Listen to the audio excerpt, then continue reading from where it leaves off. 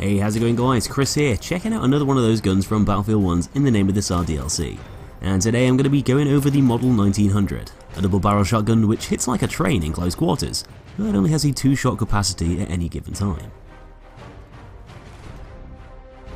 So the Remington Model 1900 is basically a simplified, cheaper version of the already existing Model 1984, which came out a few years earlier. And it was a hammerless break-action double-barrel shotgun made in both 12 and 16 gauge, unlike the earlier Model 1894 that was also made in 10 gauge too, which was also often customized with a bunch of fancy markings and engravings, thus contributing to that hefty price tag. The gun's 30-inch steel barrels were set out in a side-by-side configuration, just like most original double-barrel shotgun designs, and this meant that the 2 shot shells could be reloaded and used by each one. The Model 1900 features double triggers, one for each barrel, both located back to front inside of that trigger guard, with the general idea of using these triggers one at a time instead of both at once.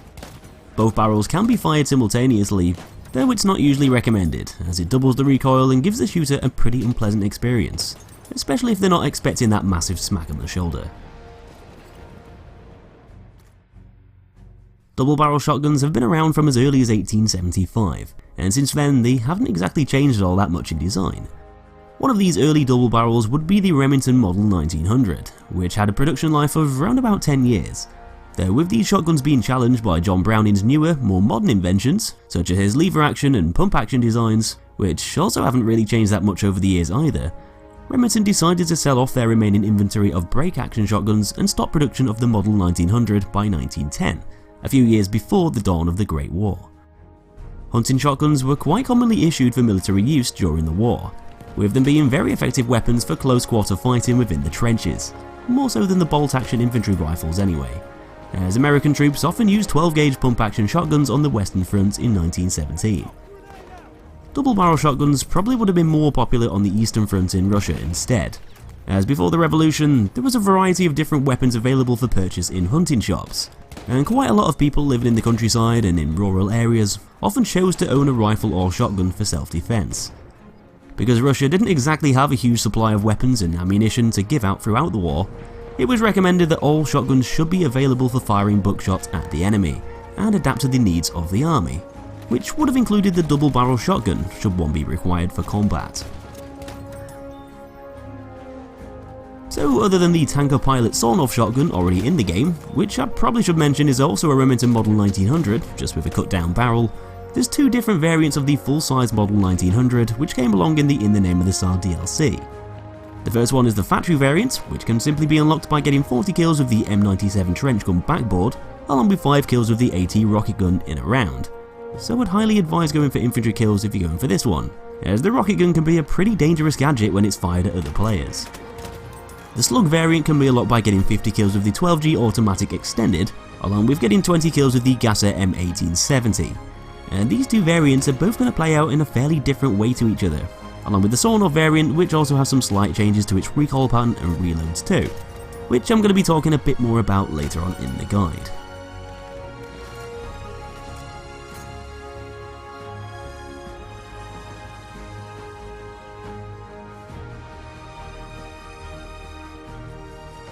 Now, because the Model 1900 factory and Slug variants both have entirely different stats for damage output, I'm going to go over each one individually, starting off with that factory variant first. This fires the very same buckshot as the Model 10A, which as we all know by now deals the most damage per shell of any of the shotguns, often leading to a more reliable one-shot kill. Its 20 pellets, dealing 8.4 damage each, translates over to a total damage output of up to 168, up to the range of 14 meters.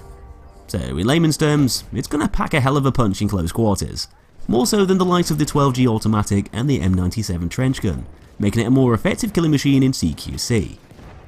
The damage from those pellets is going to drop significantly beyond 16 meters, which is basically half beyond 21 meters, spreading out over distance the further they travel too.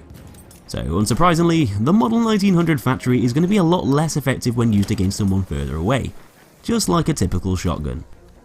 Though because you'll be dealing more damage per blast than the other shotguns, this means that despite being a weapon designed for close quarter engagements, it will still usually deal a bit more damage at range than the other shotguns, giving it a slight edge when you need to finish someone off in the distance. The Slug variant on the other hand functions in an entirely different way, firing off a 12-gauge slug instead of buckshot. And this acts as a singular projectile which can inflict a higher amount of damage over distance. It's going to be a fairly reliable one-hit kill to the body, upper arms, and of course the head up to the range of 8 meters, dealing up to 112 damage per shot. Though this is going to drop down beyond here to 45 at 60 meters, meaning it could take up to 3 slugs to take someone down at those longer distances. These damage readings are also exactly the same as the Model 10A Slug variant too. So if you can land a headshot in under 50 meters, then you'll be fully capable of killing an enemy in just one slug with that 1.8 times multiplier. A very effective way of dispatching an opponent if you can line up that shot correctly, which is often easier said than done, without access to any optical attachments.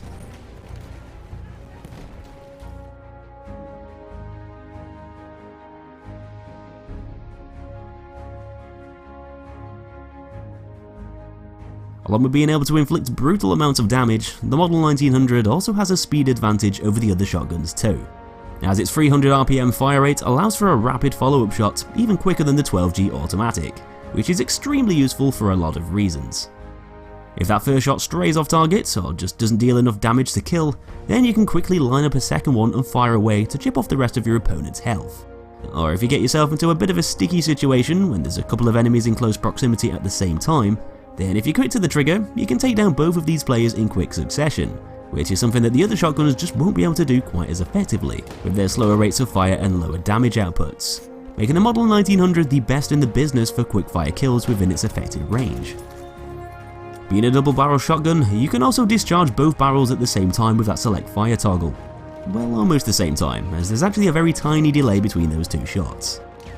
This might sound like a really good way to use the Model 1900, but the recoil from the first blast actually generates enough kick to cause the second shot to fly a bit higher than you'd probably like. And because the gun is more than capable of killing an enemy in one blast up close, although it might seem pretty satisfying to use that double barrel fire mode and unload both shots into some poor bugger's face at the same time, it's usually not going to benefit you very much, or provide you with any more necessary stopping power to kill your target. Plus it's also going to force you to reload whenever you choose to do it, essentially turning the gun into a 25 RPM weapon, from the quickest firing shotgun in the game into the slowest.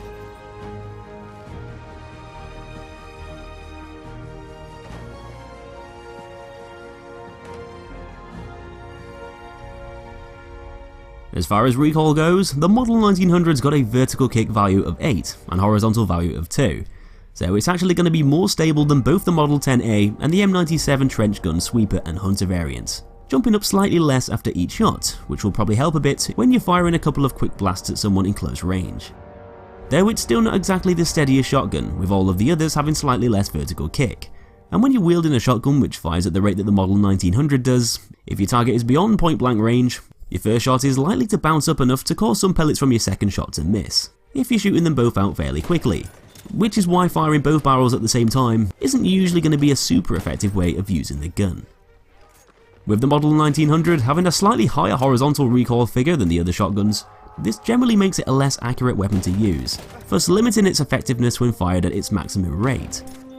Just because the gun can fire at 300 RPM doesn't mean it always should, as that second shot could fly off target if your enemy isn't close by, and for that reason, although it might be tempting to spam the trigger and discharge those two shots out quickly, it's usually better to line them up first, just to make sure they're going to land bang on target. The Model 1900's got a cone spread of 2.25, the same as the Model 10A factory, so this means that it's going to have slightly more pellet dispersion than the others. This will impact its effectiveness at further ranges, as more pellets are likely to miss with them being spread out over a larger area. So although this won't be a huge problem in CQC, each blast is likely to have less effect on enemies further away, which kinda balances it out with the other shotguns, with the Model 1900 generally dishing out more damage. But let's not forget about that sawed-off variant, which has a few slight differences of its own. Chopping down that barrel actually affects the weapon's recoil in a fairly interesting way, giving it more vertical kick but less horizontal, as the sawed-off shotgun is going to bounce upwards with a recoil value of 11, the same as the Model 10A, but leftwards with 0.8 and rightwards with 1.2. A pretty irregular looking recoil pattern for a weapon in Battlefield 1. This causes the gun to jolt upwards and slightly to the right when it's fired, and that shorter barrel also gives the weapon more pellet spread with a value of 2.7, making it a bit less effective over distance. Not exactly the kind of gun you want to use to take on a scout wielding a long-range rifle.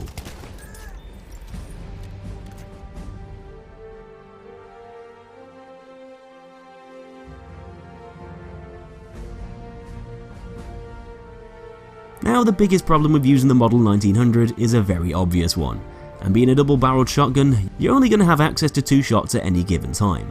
which means that you're going to constantly be at risk, as if you get outnumbered, or if those 2 shots miss against someone up close, then you're practically screwed. With all the other shotguns in the game holding more shells, these are all going to be more forgiving options to pick, allowing you to keep going and take on more enemies you come up against one after the other without needing to reload.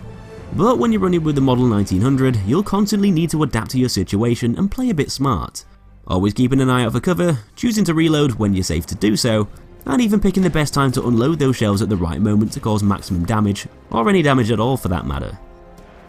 Because you'll be reloading quite a lot with the Model 1900, it's best to learn the gun's reload speeds if you want to survive longer than a couple of seconds, as if you can get into the rhythm of those reloads, you can counter one of the gun's biggest flaws, making that 2 shell capacity less problematic.